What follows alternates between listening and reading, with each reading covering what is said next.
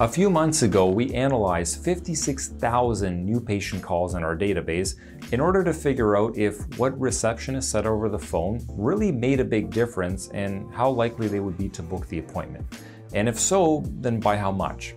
Now, we knew that good customer service surely would increase the patient booking rate, but we didn't know by how much, whether it would be a substantial difference or maybe just only a minor improvement. We also didn't really know how to define good customer service. I mean, what does that really mean exactly? Ultimately, it's very subjective. The way the receptionist answers the phone can appear normal to one patient, but another patient may find it, a little bit cold or even rude.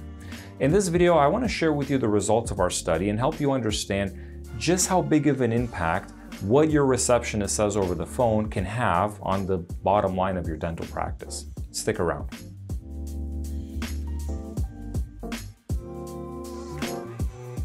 Back in September of this year, we analyzed a sample of 56,000 new patient calls. To give you an idea of how much data this is, the average dental receptionist working in a practice just 5 days a week will take somewhere between 250 to 750 new patient calls per year.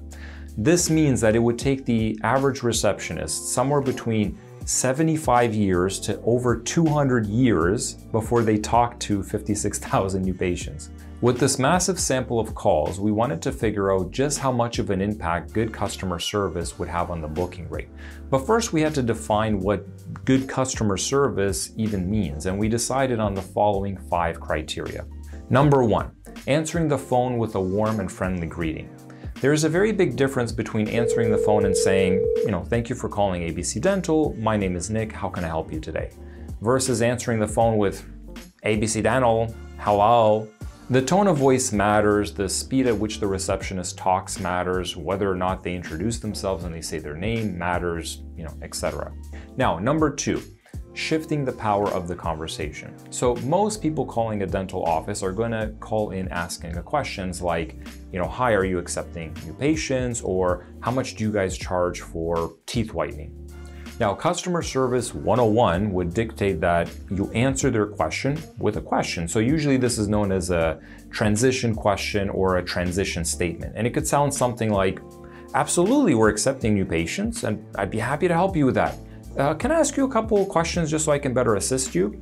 Now, most people are going to respond with yes, and that's when you go into number 3, which is asking good discovery questions to engage the patient. Now, discovery questions aren't questions like, what's your last name? Do you have insurance? What's your social security number? Or asking them questions that seem like you're just trying to fill out a tax form. I mean, sure, those questions are important, but if that's how you start the conversation, it's going to make the patient feel like they're just a number to you. Discovery questions are questions where the receptionist engages in a friendly conversation with the patient to learn more about them. These could sound like, oh, you're new to the area? That's great. Where did you move from? Or maybe they say, oh, you're looking to book an appointment for your son? That's wonderful. How old is your son?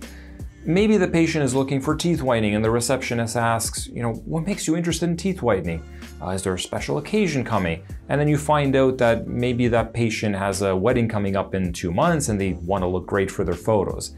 The receptionist could respond back with, oh, that's wonderful. Yeah, we get a lot of brides that call us for teeth whitening and they walk out of here with their teeth looking amazing. So you want to ask questions that build rapport, create a connection with the patient, make them feel like they're not just a number to you, that you care about them and you want to make sure that you can help them.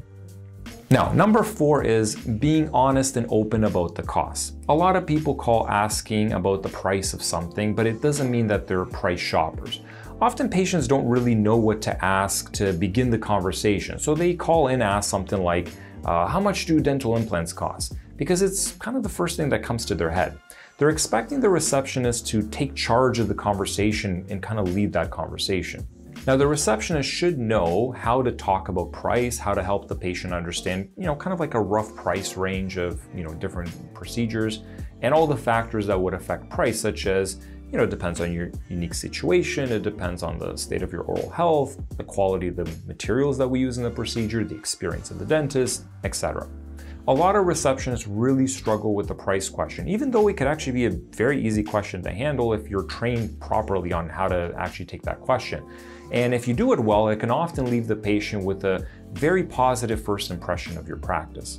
Unfortunately, most receptionists out there really fumble the price question, and they often take one of two approaches, which almost never go anywhere. If a potential patient calls and asks, "Hey, how much do you guys charge for dental implants?" They either just give out a price and say, at our office it starts at $3,800 a tooth, to which the patient responds, "Oh, okay, thanks, bye." The other way that receptionists typically answer the price question is they'll say, "Oh, I can't really give prices over the phone. You need to come in and do a consultation with the dentist first." In many ways, this is kind of worse because it leaves the patient feeling like you know the price, but you're just trying to hide it from them because you want them to come into the practice and be subjected to this high pressure sales pitch to buy something that they may not want to buy. Now, if you want your team to learn how to answer the price question the right way, then you should check out our video on how to answer the price question. I'll put a link in the description down below.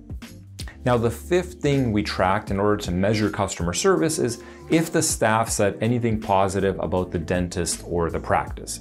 Did the receptionist give the patient any good reason why they should pick this practice in particular? For example, let's say during the discovery questions, we identified that this was a mother calling to book an appointment for her 8-year-old son.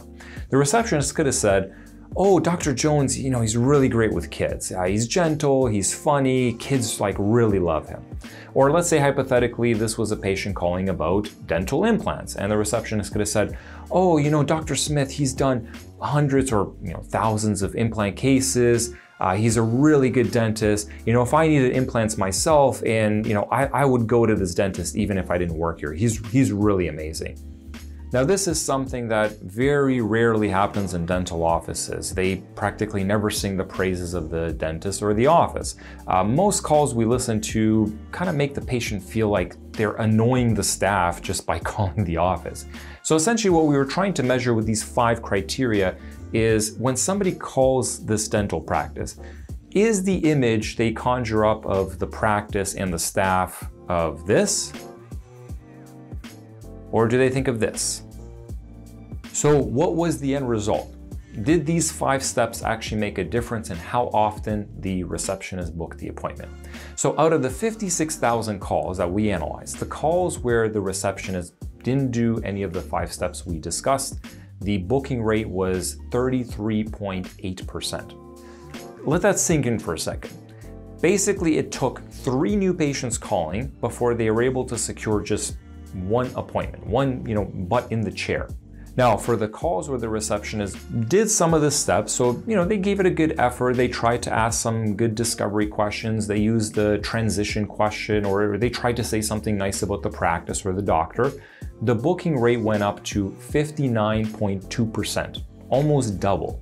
Finally, of the 56,000 calls we analyzed, there were a few thousand calls where the receptionist did all 5 steps. So they had a warm and friendly greeting, they used the transition question to take control of the conversation, they asked really good discovery questions to engage the patient in a good conversation, they were honest and open about costs, and they said some positive things about the dentist or the practice. And they gave the patient a good reason to pick this office in particular. The booking rate for those calls was 76.7%, 2.5 times increase. That's the difference between a $1 million practice and a $2.5 million practice. It's not the website, it's not the flyers or Google ads or SEO. It's how the staff talk to patients. It's whether the staff come across to the patient like this or whether they come across like this.